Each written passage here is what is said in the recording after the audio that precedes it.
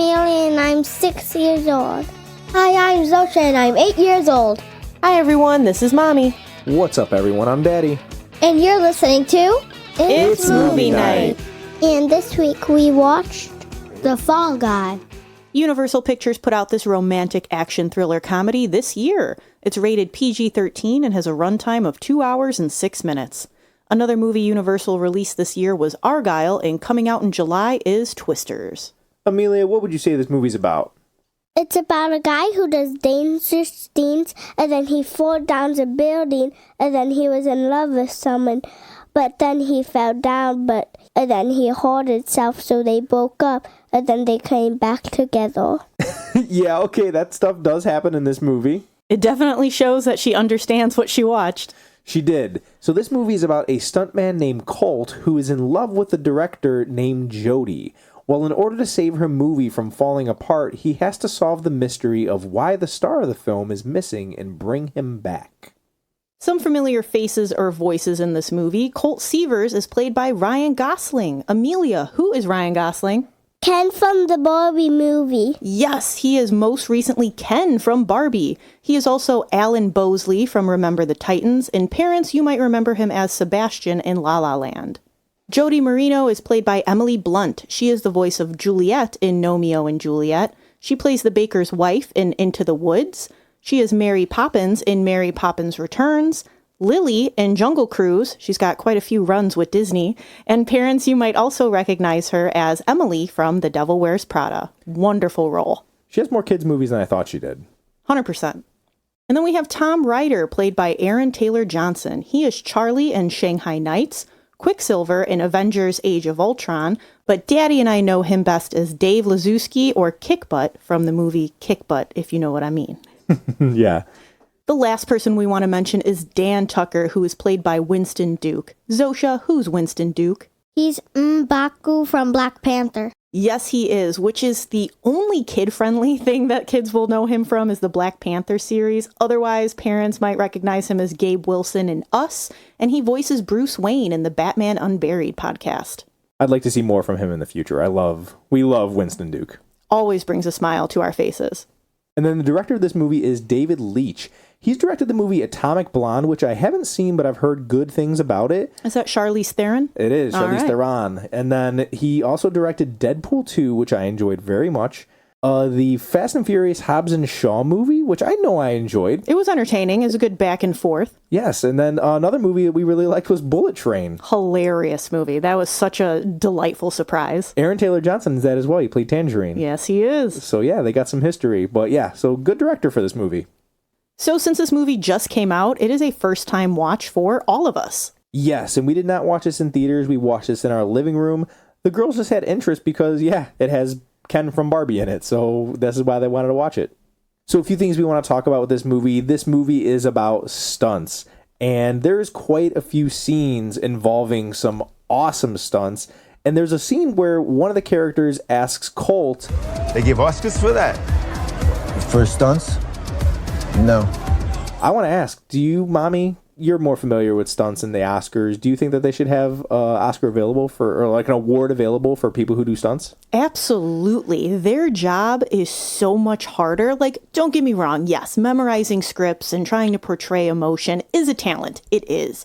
But you're not risking your actual literal life like these people are. It is a controlled environment, but there's still risk. I mean, think of some of the actors and actresses that we know who have lost their lives doing certain movie stunts. Like, they are the real heroes of these films. My immediate thought is Brandon Scott Lee. Yes. No, not Brandon Scott Lee. Brandon Lee or Jason Lee? I can't remember. No, it's not Jason Lee. Brendan Scott Lee. It is Brandon Scott from Lee. The Crow. The Crow, yeah. When he was doing the stunt where people were shooting at him and there was actually one of the blanks that came out, even like the Alan Baldwin. I was going to say more recently that happened with Alec Baldwin. Yeah, so I mean, like, there's stunts that go wrong, so they're putting their lives on the line. But there's movies like Baby Driver and Fast and Furious where people are just driving. A big stunt was from Inception, the spinning hallway scene. Like, such a cool mount. yeah, the Mission Impossible movies, and then like the girls would be more familiar with the Shang-Chi movie, like the martial arts, and even Captain America Winter Soldier, like the cinematography, or not cinematography, the choreography of the fight scene that goes in with that. Like, those are all stunts. It is. And the control that you need to have to not actually make contact to hurt a person, like that's another level. You can make a fight look real if it's a real fight, but to make it look real without even hurting someone, that is talent. So yeah, it should, I definitely think it should have a Oscar or something in there. They definitely should. And this movie would probably win for something because the action in general is awesome. The stunts with the cars, boats, helicopters, trucks, jumps, weapons, explosions, fighting. It literally has everything that you can think of for an action movie in it. And it's all well planned and looks great. Like, there was never a stunt going on that I was like, man, that looks super cheesy. So they deserve it. They need to have an Oscar for these stunt performers and stunts in general. They do, because they do a great job at showing the controlled aspect of it while they're actually filming Jodie's movie versus the quote-unquote real violence or stunts that are happening to Colt's character. Yes, for sure. Just another little thing of movie magic that we found very intriguing. Another little talking point I had is more for kids, because for adults, it's very believable that a lot of actors and actresses that we admire might be bad people in real life. But for kids, it might be weird to see the reality of people they enjoy being awful, entitled human beings. And we get that with Tom Ryder. Tom Ryder shows us that even though he's loved by everyone and he's like the biggest Hollywood star in the world, it doesn't make him a good person. He is terrible. He is horrible to Colt and like everyone around him. And it took me back to watching Brittany go off the deep end and drop her baby in public and stuff as a child. So it kind of crushes that reality for kids that their stars and heroes are not always going to be the best people. Yeah, one of my favorite actors is Christian Bale, and I think that he's a great artist, and everything he does, he's just amazing at. He's just a chameleon and gets lost in all of his roles. But I have, heard some stories, and we all know that leaked set video outburst that he had was like, oh man, that's bad. He's kind of a jerk. And that kind of painted a new picture in my head of him. But then there are people like, I know people look down on this guy, but Dwayne Johnson might make some silly movies and he picks some bad, stinky roles, but he always seems very humble. Like, he's very good to his fans. And I know somebody who is also good to her fans is Taylor Swift. Girls, wouldn't you love to meet Taylor Swift? Doesn't she seem like a nice person? Yes. Yeah. I think that it's really cool that she loves cats, and Amelia loves cats, so she could probably bond and talk with Amelia. Like, she just seems like a good person. It is. It's always nice when you can see stars as normal people, because at the end of the day, they are just normal people. Yeah, they're trying to live their lives. So when they have families and hobbies and pets and different things like that, we can appreciate it. But on the flip side, we see the not so great reality. Tom Ryder. Yes. So some favorite scenes in this movie. Amelia, what was your favorite scene? I like when Jodie was hiding Colt, and then when she was talking, he pulled out his middle finger. It is a funny scene. So the bad guy in this movie is talking to Jodie, and Colt is behind them, and he's motioning towards the bad guy with his middle finger. And it is a funny scene. It isn't appropriate, but it is a very funny scene, and we all laughed at it. It's justifiable, too. It is very justifiable. I thought he was putting out his hand, but then Daddy told me that he was putting out his middle finger. Yeah, we had asked Amelia, hey, what was your favorite scene? And she said, oh, the part where he's waving at the bad guy. We're like, Bobby and I looked at each other like, no. He's not just waving. He is not waving. It's a middle finger, baby. And then she found it even funnier. She did. Daddy, what's your favorite scene? My favorite scene is when Colt goes to this party looking for Tom Ryder, and they drug him. So it's another thing that involves something bad, but they drug him and they think that they have the upper hand on Colt. So they start to fight him, but because he has gone through choreography of stunts and fighting, he was fully aware of how to fight three guys that were bigger than him. And it was just cool because you kind of see the way that his mind was figuring out how he was going to fight all these guys. And it was just really cool. I thought the fight choreography was cool. I thought that the the way that they had shown his perception of everything because he was drugged was very cool, and it was just, the music was good with it. It was just a very good scene. It was. It all looked very natural and like a realistic reaction to what was happening to him. Like it was just his instinct. It was. Did you have a favorite scene, Mommy? I loved every single scene between Colt and Dan. Okay. The stunt director, like their back and forth is hilarious. And we'll get to that in a minute because I know Daddy and I both really like that. But one of my favorite scenes actually is I loved the fight that Colt has in the back of that truck. Oh, okay. Yeah. Like, I thought that was shot so well. It looked so good. Yeah, like they're in the back of that, like, dump truck part of it, and it's spinning, and the car's coming, but you could see him reacting to, like, oh my gosh, there's a car coming, I gotta jump out of the way. The other guy's not gonna jump out of the way. It was awesome. Yeah, just it shows how strong Ryan Gosling is too, because he is doing almost all of his own stunts. So I don't know if I believe that. I think he is. We'll have to look into that. Especially in the end credits when they kind of peep, looking back on how they made all of these scenes happen. Yeah. It's Ryan Gosling. That's his face, man. So he is doing a lot of it. I know that he could do a pull-up and I can't. Let's just say that, you know? He has those abs for a reason. He does. And Zosha, did you have a favorite scene? Yes. One was Amelia's, and then I also had another one, which was when Colt was kept going on fire, and then they had to keep restarting because like 8 times because I think it's because Colt kept landing on his face, maybe? Kind of. So, backstory, Jody and Colt were in a relationship at one point, and now Colt is suddenly back in her life, right?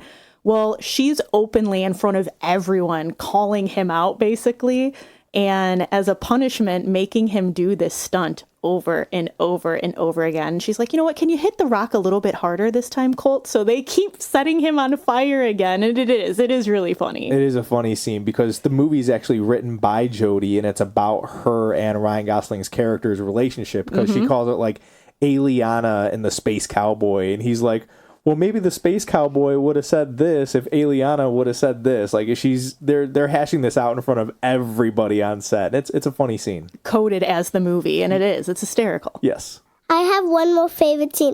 I like when Colt was going by a car, and then he sat in there, and then music turned on, and then it was Taylor Swift. Yes. Okay, yeah, I do remember that. And then when his love came in, she said if he was crying, and then he was actually crying.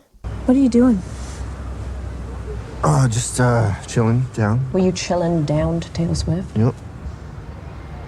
It's just something the Australians say. Really? I've been here for 6 months. I've never heard it. Yeah, chilling down under, it's shorter to say chilling down. You been crying? Not at all. You look like you've been crying. It just shows that everybody's a T Swift fan, all right? Everyone likes Tay-Tay. There's at least one song out there for everyone. So we'll keep that rolling with some more positives. Movie nerds will love this. The quotes in it, they're fantastic. So Dan, who is played by Winston Duke, there's a part where he's fighting someone and he throws a tomahawk and yells. And then he does another move and he's screaming, Dwayne "The Rock" Johnson! And then I think he does some flip and says, Jason Bourne! And it's just so funny because he's a stunt director, so he's recalling the things that he's done before and now using them in this real life situation. But he also communicates with Colt using movie quotes like, I see him! Everything's going to plan! I'll block the road! They shall not pass! As well as, this is one of those times, whether it's an inch or a mile, a win is a win. It's easy, Fast and the Furious. Let's go. We just love this. And it's because we do this in our everyday lives. Every single day, we quote or reference our experiences to movies in some way, shape, or form. And we understood all these references, like even Gail saying that Tom Ryder's apartment looks like Memento. Like, we were just laughing because we understand, like, oh yeah, the Post-it notes and everything everywhere like that. Like, before we even saw his apartment, we knew exactly what it was going to look like. I think people will still like this movie even if they haven't seen Memento and like don't have those movie quotes in their heads like we do. But I think people will still enjoy it. But if you do, it's going to make it that much better. Like, Absolutely. even when Ryan Gosling or Colt gets drugged and the drug dealer is talking about Dumbo, like, oh, do you see the pink elephants yet? Yeah. So even that, they're even mentioning animations, and it's just great. Yeah, I think something that we quote the most is probably like Paul Rudd movies. Yeah, we probably do a Paul Rudd quote at least once a day. Yeah, because Paul Rudd's just great. A lot of good one-liners out of him. Something else that's really cool that I enjoyed very much, and it's that whole movie nerd thing as well, is that the behind the scenes in this movie are great. You see how a set works. You see the light setups, the explosions, and how those work. The busyness of a set and the director and how they have tons of questions to answer. While it is hectic, it is something that I myself would be interested in. And I think kids and adults can watch this and see that they might want to be involved in a movie somehow. You don't have to be an actor or director. You can coordinate a fight scene using knowledge of dance and choreography. You can be a cinematographer if you know how to set up a frame in photography. And you could also just blow stuff up or be a medic if you have that background, or even just a driver. So it's just cool to see these different jobs work at the same time in this movie. Yes, and even with that, even though they show you how to make a movie, the movie itself is awesome. Like that shot at the very beginning when Ryan Gosling and Emily Blunt are having a conversation together, that is one straight shot of him going from the bottom up to his stunt rig. Yeah, it's a nice tracking shot. It's probably like 4-5 minutes long. And as soon as it finished, Maddie looked at me. He was like, that was all one shot. That was great. So it's like little things like that you get. It looks really good. There's also a really cool scene where Emily Blunt's character and Ryan Gosling, they do the split screen. Yes, a classic split screen. And the way that it's done with like their legs going up on tables and the way that they're looking in the mirrors and just interacting with each other while having a conversation on the phone, just really well done. So yeah, movie nerds, you're going to like this. Cinematography nerds, you're going to like this. Stunt people, you're going to love this. Yeah, they give props where they're needed. Another great element this movie, Ryan Gosling. Man, like he is just so captivating as an actor. He can really bounce off of anyone, it seems like, even in other movies he's been in. If he's in a serious movie, a thriller, if he's in an action movie, comedy, this guy is just great. You watching him and you're having fun, you smile, he cracks a joke, whatever it is, you're enjoying it. And the chemistry between him and Emily Blunt, even with Dan, like every character he's with, you just believe anything that he's doing. And like the love story that he's in with Emily Blunt, it's a beautiful thing. I love it. He's a great actor. He is. All the chemistry in this movie is so believable and natural that you would believe that all these people were friends or lovers or coworkers, like anything. Ryan Gosling seems like one of those actors as well that I think I could have a good time just hanging out with him. He does. He seems like a person that is just down to earth and humble from where he came from and loves his family, his friends, his life, everything. Like, I don't think someone would meet him and be like, wow, that guy sucks. Yeah. The last positive I want to mention is the message that I got from this movie, and I think it is that heartbreak isn't all bad. Jodie wrote an amazing script for her career based off her feelings for Colt. Colt learned a lot about himself and needed to go through a rough patch to emerge a healthier-minded person.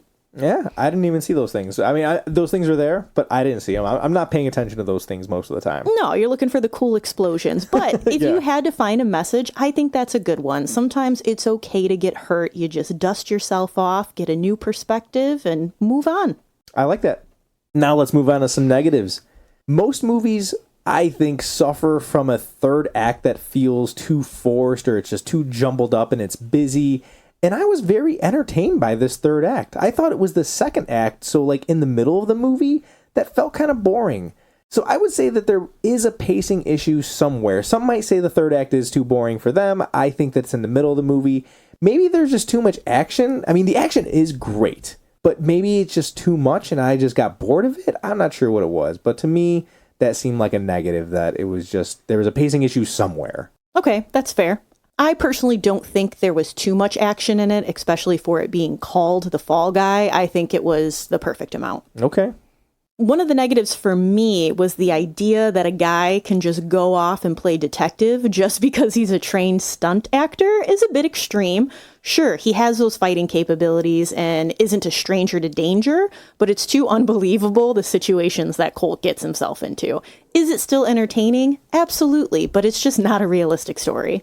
Yeah, that's very true. Somebody would have been like, where is Colt? Or, yeah, he definitely doesn't have the Benoit Blanc capabilities to just unfold this mystery of what's happening. And at one point he does mention in calling the cops, but I feel like he just doesn't follow through with that completely. Like he does and then gives up right away. Yeah, not too many smart decisions were made on his part, but I guess it does play out for the movie's sake. It works out in the end. Another negative, and this is probably the biggest one, it might be too confusing for smaller minds. When I was younger, I'd watch things alone and I would just figure things out on my own and what was happening, and if I didn't, I would just watch it more. There's a scene that uses gasoline, and instead of waiting to see what happens, Amelia asks, "What is that stuff?" So we had to explain that. There's also a scene where a villain is revealed, and then maybe 10 minutes later, Zosha said, "Oh, this person is the bad guy." Like she was telling us new information when we were just like, yeah, they said that 10 minutes ago. So while the mystery is slowly unfolding and being revealed, it might just be too much for small minds. It'd be like if you're showing a younger kid like Knives Out or Glass Onion. Like it's just too much to unwrap for a smaller mind. And not even that it's too much. It just might not be in that amount of time. They need a little bit, they need that processing speed, you know? You ever have that? I do it all the time where you say something to me and I say, what? But then I answer you 30 seconds later. Like, I heard what you said. I was just buffering. Give me a minute. But that would be a negative if you wanted to show your younger kids. So what kind of negatives or positives come with parental guidance, Mommy? So language is moderate, but nothing excessive. I feel that it's all natural and realistic to what's going on. There are uses of the middle finger as well, but again, it's comical and justifiable. There are 2 F-bombs. Yes, which would put it under moderate, but it's still not every other sentence. You know what I mean? Yeah. Violence, it's about a stunt guy. So yeah, there's a lot of violence in this movie, but I think it's a good mix of controlled violence, seeing how they ensure safety on the set, with the real life violence of the bad people coming after Colt. There is gunplay, but a majority of it uses blanks or fake outs. A dog is frequently used to attack the groins of bad guys, and there's a lot of fist fighting, but nothing is gory. We see a lot of cuts and scrapes on people, but no active bleeding. A lot of the violence is accompanied by comedic relief as well. We loved how the end credits hit back at the quote-unquote real violence of this movie and how they made those stunts happen. Yeah, we watched the entire end credits for this movie because they were very entertaining to see how they did these stunts. Yeah. Scary-wise, Amelia mentioned that she did not like the ice bath scene because it's dark, it's creepy, and the guy just isn't moving. Outside of that, I think the part where they cover Colt in gasoline can be scary, as well as when he fakes his own death. Even another part what scares me is when the police actually comes in his hotel room and then he's actually gone. That was more creepier. It was almost like a scary magic trick, right? Yeah, I didn't know who he was actually was. I was so scared. Yeah, like who came in there and took all the ice in that person out of the bathtub? Yeah. Did someone call the police or something? Another police came and then he just took the guy and then bring him to the cemetery or something? To the cemetery? I don't know. But that's a good thought to have. What happened to him? Lastly, some grown-up stuff. There are references to suicide and being framed for murder, which is very over little ones' heads. There's some passionate kissing, but nothing inappropriate in our opinions for younger audiences. We do see frequent alcohol use, drugs, and smoking. Colt is drugged to the point of seeing unicorns, which was funny to our girls, but they still also knew that it was bad and forced upon him. And then as for an age recommendation, you know your kids better than we do. We're just here to give our opinions. If you're going in for pure entertainment, 5 and up is fine because I think our girls did enjoy this. However, I know we answered many questions throughout the movie that older minds would piece together on their own. So for that, I'm probably going to say that 10 and up would be a better age to show your kids. Rotten Tomato critics have this movie certified fresh at 81%, which is a thumbs up. Audiences have it a little bit higher at 86%, which is still a thumbs up. Let's see how it holds up in our house. Zosha, do you give The Fall Guy a thumbs up, a thumbs middle, or a thumbs down? Thumbs middle. Thumbs middle. Why thumbs middle? Because there's just a little too much fighting for me. Okay. Action movies are not Zosha's speed. Amelia. Thumbs up. Thumbs up. Why thumbs up? Because it's got Ken? Yeah, because it has Ken, and then actually I just realized that the fighting part with all the shooting and the fire on him actually wasn't just a fighting part, it was just the acting of the movie, so I'll give it a thumbs up since I just found out that it was not actually just fighting. Okay. that it's not real. All right. Mommy, what do you give this? Honestly, I'm going to give this movie a thumbs up. I thoroughly enjoyed it. I would watch it again. It was entertaining. I like that it gave love to all the other jobs in the movie industry outside of just actors and actresses. I thought it was refreshing and entertaining. Okay. What about you, Daddy? I'm going to give this movie a thumbs middle. I was very entertained by it. I liked a lot about it, but it is not like thumbs up quality for me, but it is like teetering on that thumbs up, going to thumbs up area. So I did like it very much. All right. I had one more question for you guys. Did you like this movie more better than Barbie, or Barbie more better than this movie? Ooh, that's a tough one because there's such different genres. I'll start with Sosha. Barbie. Okay. I figured that was coming. Daddy? Oh, man, this has action. I'm going to go with this movie. I'm going to go with Fall Guy. I don't even remember if I gave Barbie a thumbs up or not, so this could be contradicting a little. I don't know. I think we all gave Barbie a thumbs up. And I'm going to say I like this one more, too. Which kind of one will you choose? Man, you put me on the spot. Yeah, that's so hard because I love the Simu Liu, Ryan Gosling, like, bromance. Yes, I love all of that from Barbie, but then him and Winston Duke are so awesome in this. Oh, you know what? You got to pick one. Oh, I think I'm going to go Barbie. Okay. How about you, Amelia? I don't remember if I choose the middle for Barbie, but I think I'll choose Barbie. Okay, Barbie. going Barbie more? All right. You do like pink? And if any of you would like to add the Fall Guy to your movie night list, it is currently available across platforms on video on demand. And after watching, let us know if you give it thumbs up, thumbs middle, or thumbs down. And when you want to let us know what you think about the movie, please find us on social media. We like to post pictures of us on our movie nights, letting you know what snacks and sweets we're eating. It's a fun place to hang out. Our Facebook is It's Movie Night, and our Instagram is It's Movie Night Pod. Thank you for listening. Join us next week for another movie night. Bye. Bye.